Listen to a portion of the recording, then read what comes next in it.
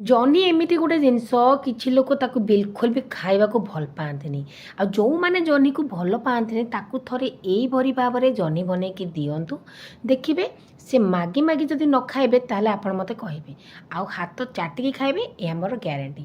ତ ନମସ୍କାର, ଆପଣ ସମସ୍ତଙ୍କୁ ମୋ ୟୁଟ୍ୟୁବ୍ ଚ୍ୟାନେଲରେ ବହୁତ ସାରା ସ୍ୱାଗତ। ଆଜି ଜହ୍ନିକୁ ନେଇ ମୁଁ ତିଆରି କରିଛି ଜହ୍ନି ବରା। ସେଥିପାଇଁ ମୁଁ ଦୁଇଟି ଜହ୍ନିକୁ ନେଇଯାଇଛି, ତାର ଚୋପା ଏପଟେ ଦେଖିପାରୁଥିବେ ମୁଁ କାଟିକି ନେଇଯାଇଛି ତାକୁ।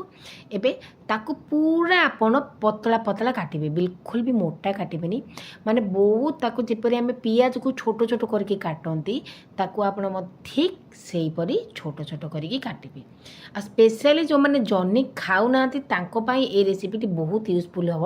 କାରଣ ଜହ୍ନିର ଏଇ ଯେଉଁ ବରାଟି ଏତେ କ୍ରିସ୍ପି ହୁଏ, ଏତେ ଟେଷ୍ଟି ଲାଗେ, ଜହ୍ନି ନ ଖାଇବା ଲୋକ ବି ବାରମ୍ବାର ଜହ୍ନି ଖାଇବାକୁ ମନ କରିବେ ଥରେ এই ରେସିପିଟି ଖାଇଲା ପରେ। ତ ଦେଖିପାରୁଥିବେ ମୁଁ ତାକୁ ଯେତେ ସରୁ କାଟି ପାରୁଛି, ତ ତାକୁ ଏମିତି ଆପଣ ପୁରା ଛୋଟ ଛୋଟ ପତଳା ପତଳା କରି କାଟି ନେବେ। ଆପଣମାନଙ୍କୁ ମୁଁ ଦେଖାଉଛି ମୁଁ ଜହ୍ନିକୁ କେତେ ଛୋଟ ଛୋଟ କରିକି କାଟିକି ନେଇଯାଇଛି। ଜହ୍ନିକୁ ମୁଁ କାଟିବା ପୂର୍ବରୁ ଧୋଇ ନେଇଥିଲି। ଏବେ ତାକୁ ଗୋଟେ ଜାଗାକୁ ମୁଁ ନେଇ ଆସିଛି। ତାପରେ ସେଥିରେ ମୁଁ ଅଳ୍ପ ଟିକେ ଗୋଟେ ପିଞ୍ଚର ହଳଦୀ ପାଉଡ଼ର ପକାଇଛି, ଆଉ ଅଳ୍ପ ଟିକେ ଲୁଣ ପକାଇକି ତାକୁ ଟିକେ ସମୟ ଗୋଳେଇ ନେଇଛି।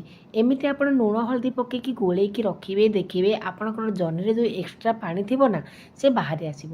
ତ ତାକୁ ଟିକେ ଗୋଳେଇ ଦେବେ, ତାପରେ ତାକୁ କଭର କରିକି ପୁରା 10 ମିନିଟ୍ ପାଇଁ ଛାଡ଼ିଦେବେ। ତାପରେ 10 ମିନିଟ୍ ପରେ ଆପଣ କଭର କରିକି ଦେଖିବେ ଆପଣଙ୍କର ଜହ୍ନିରୁ କେମିତି ପାଣି ବାହାରୁଛି।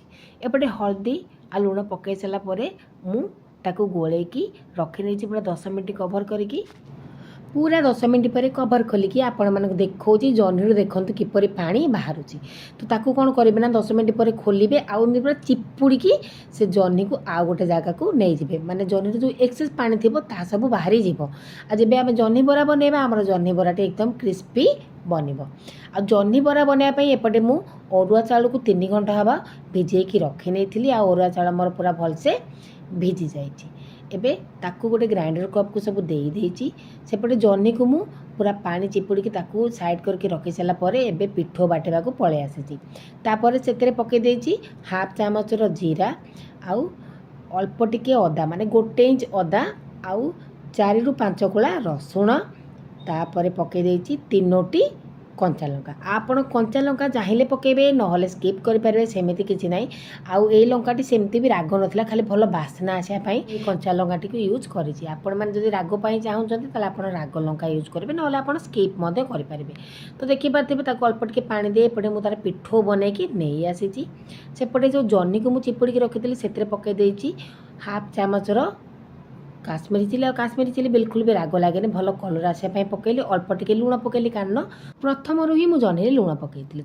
हल्दी आ पकईनी, हल्दी प्रथम ही पड़ता। गोटे मीडियम साइजर पियाज को एमती छोट छोट काटिकी ताकू पकईदेली। अल्प टिके धनिया पत्र पकईदेली। 1.5 चामच बेसन पकईली। आ 1.5 चामच बेसन पकईला सेपटे जो पिठो को सब बाटिकी रखी से पिठो को मुझे आणिकी देदेली। फास्ट तो मुझे अल्प टिके पिठो देकी आग ताकू गोलेबी, जदि मते आउ पिठो लगे ताहले मु आउ पिठो आड करबी। तो अल्प टिके पिठो दे सारा पर आपण माने देखि पारथिबे मु ताकू एमती भल से पूरा गोलेई नेछि, जेमिति कि सब जिंस परस्पर भाव में भल से पूरा मिसी जीव। तो मते लागिला जे आउ टिके पिठो लागिबो, कारण हमर एटी ड्राई ड्राई हेछि, आ बिल्कुल भी भल हेइनी। माने हमर जेमिति बरा पई जेपरि पिठो तका सेपरि हेइनी। तो मु बाकी जो पिठो तक रखि देली ताकू मते ता भीतर देई देली। आ दे सारा पर ताकू देखंतु पूरा भल से पूरा मिसई नेली। आ मिसई सारा पर ताकू सेपटे मु साइड कर नहीं। एबे जहनी बरा बनवाई आमर जहनी पिठो पूरा बनिकी रेडी हो गलानी। सेपटे मु गोटे कड़ाई को गरम करने को रखी देती। आ सेतिरे 1.5 चामच पकईदेली तेल। आ तेल टिके समय गरम पाई मु छाड़ीदेली। तापर तेल जमी मोर गरम हो गला, जो जहनी पिठोटी को प्रथम बनईकी रखीदेली सेथुरु मु अल्प टिके पिठो को नहीं आसिली।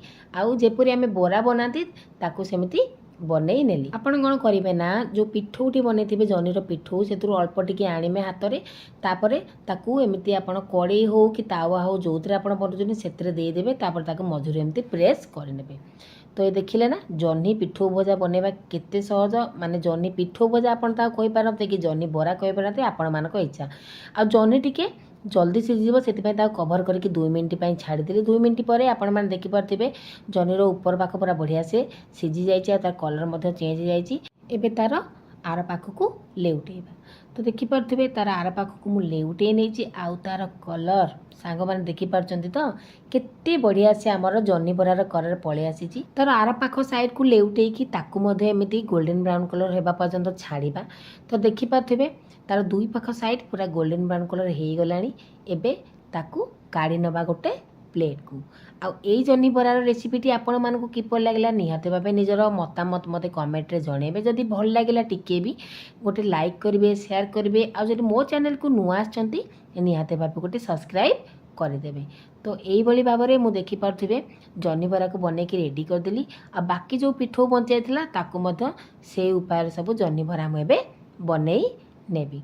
तो सांग माने यही जनी बराटी खाइबा सतरे बहुत बढ़िया लगे आपण मैंने भात रे खाई पारिबे ताकू इवनिंग स्नैक्स रे मध्य करके खाई पारिबे आपण मानकु जेते बेले पसंद आपण ताकू एमिति बनेकी खाई पारिबे आ स्पेशली पिला माने टिके जनी खाइबा को भल पांते ताकू एई उपाय रे जनी बनेकी दियंतु देखिबे से आपण को मागी मागी ही खाइबे आपण एमिति जनी बरा बनेकी तांको स्कूल टिफिन बॉक्स रे मध्य देई पारिबे।